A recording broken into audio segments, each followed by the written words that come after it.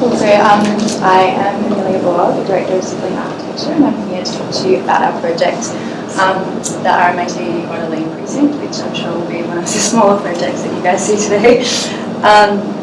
The project forms part of the revitalisation of RMIT's public realm spaces, and it's transforming underutilised spaces into more welcoming places for the university.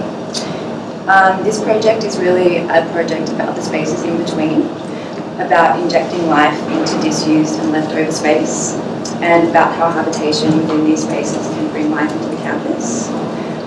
The project started quite a few years back now, in 2017, and it was brought about by an invited competition for emerging architects, which was an amazing opportunity for us. Our practice was only 3 years old at that time, so it was a great opportunity for us to contribute to such an important site.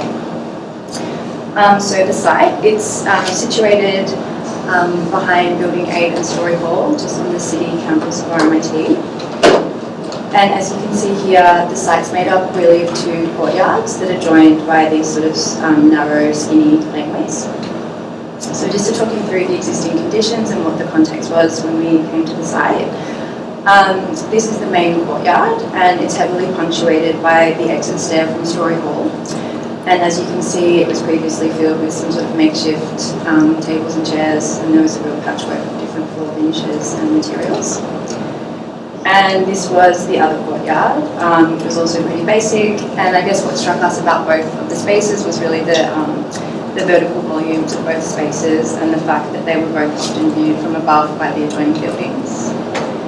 The courtyards were joined by this very sort of narrow, skinny, back of house type laneway, which was quite dark, and there was the feeling that this was quite an unsafe area, particularly at night. So lighting also became quite an important consideration for the project. So I guess at the outset, there were quite a few challenges in the brief. How to unify and give an identity to these leftover spaces, to make them more habitable and instill a sense of place. And then I guess the other quite big challenge for us as a practice was the consideration of how to best respond on a site where there was such a strong multi-layered architectural history, palette and context. So in response, we wanted to create 2 quite clear focal points, 2 anchors or social zones that would become places to pause and inhabit. And then we wanted to bring the many disparate elements together through a unified ground plane. We introduced a series of custom concrete pavers that provide rhythmic direction to and wayfinding throughout the site. The pavers signal a sense of movement and speed and turn into a concentric zone, prompting inhabitants to pause and enter these social spaces. In the courtyards, there's a focus on habitation and the human scale, with the provision of built-in seats and tables, and surrounded by planters and the introduction of perforated steel shade structures. Hues of blue, light grey and white act as a contrasting counterpoint to the existing palette. And we noticed how much people love to occupy the stairs, so we wanted to tie them to the space to help break the divide that they were creating.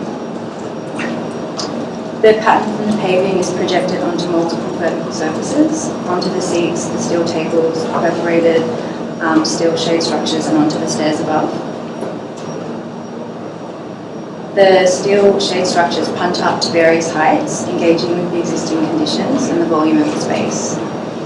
The shading devices provide a sense of enclosure, protection, and intimacy to the site, whilst not blocking out too much of the sun, which was only present for a small part of the day. Moments of habitation are defined by these steel structures, and the slender columns will also double as a growing apparatus for the native planting below over time.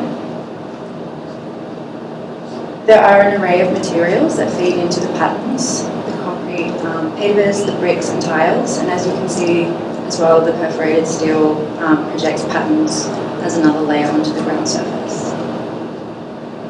For the narrow surface laneway, we wanted to flip the paving up and really wanted to accentuate the vertical volume of this space.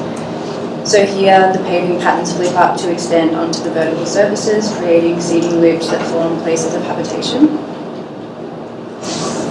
The perforated steel portals in the narrow laneway reach quite tall heights here, but they remain slender due to their material strength. The steel acts as quite a nimble and adaptable material in contrast to the heavy masonry, and in this context, the perforations also allow the users to read the existing material context of the heritage buildings behind. We've integrated lighting throughout and also into the paving, bringing much needed light into the spaces which were previously felt to be quite unsafe. At a human scale, colour, variations and changes in the material's perforation provide a textural quality to the space, and custom furniture provides places to sit and dwell in the second courtyard. The project was actually completed before COVID, but the addition of the outdoor spaces has been quite well timed, and they've been particularly popular since the students have returned to campus, giving the need for sort of more nourishing outdoor COVID-safe kind of spaces. Sorry, 2 minutes left. Okay. The ground surface playfully talks to the patination of the Corrigan buildings, but it remains distinctly different and acts as a counterpoint to former brick tones throughout.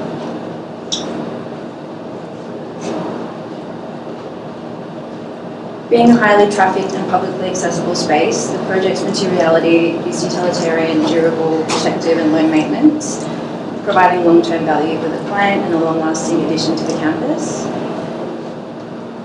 And this last image portrays a group of students whom we met whilst we were doing the photo shoot, the Australian Manga Appreciation Society, who found the space and now meet there every week.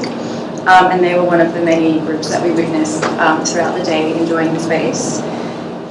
So yeah, I guess in closing, the project highlights the importance of these spaces in between and the interstitial shared public realms within the university space, and that they are vital to the student experience and bring a sense of energy and vitality to the university.